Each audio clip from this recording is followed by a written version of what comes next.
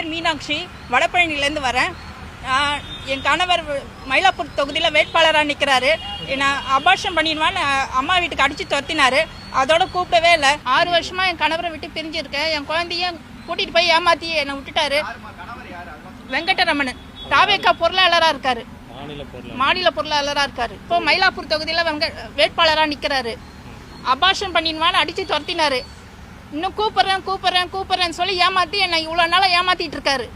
கூப்பிடல. குழந்தைய என் கல்லை காமிக்காமல் குழந்தை என்ன எப்படி இருக்குது, என்ன நிலமையில இருக்குன்னு கூட எனக்கு தெரியாது. என்ன பண்ணாரோ என் குழந்தைய, பெண் குழந்தை, அது பெண் குழந்தை அம்மா கிட்ட தானே இருக்கணும் சார்.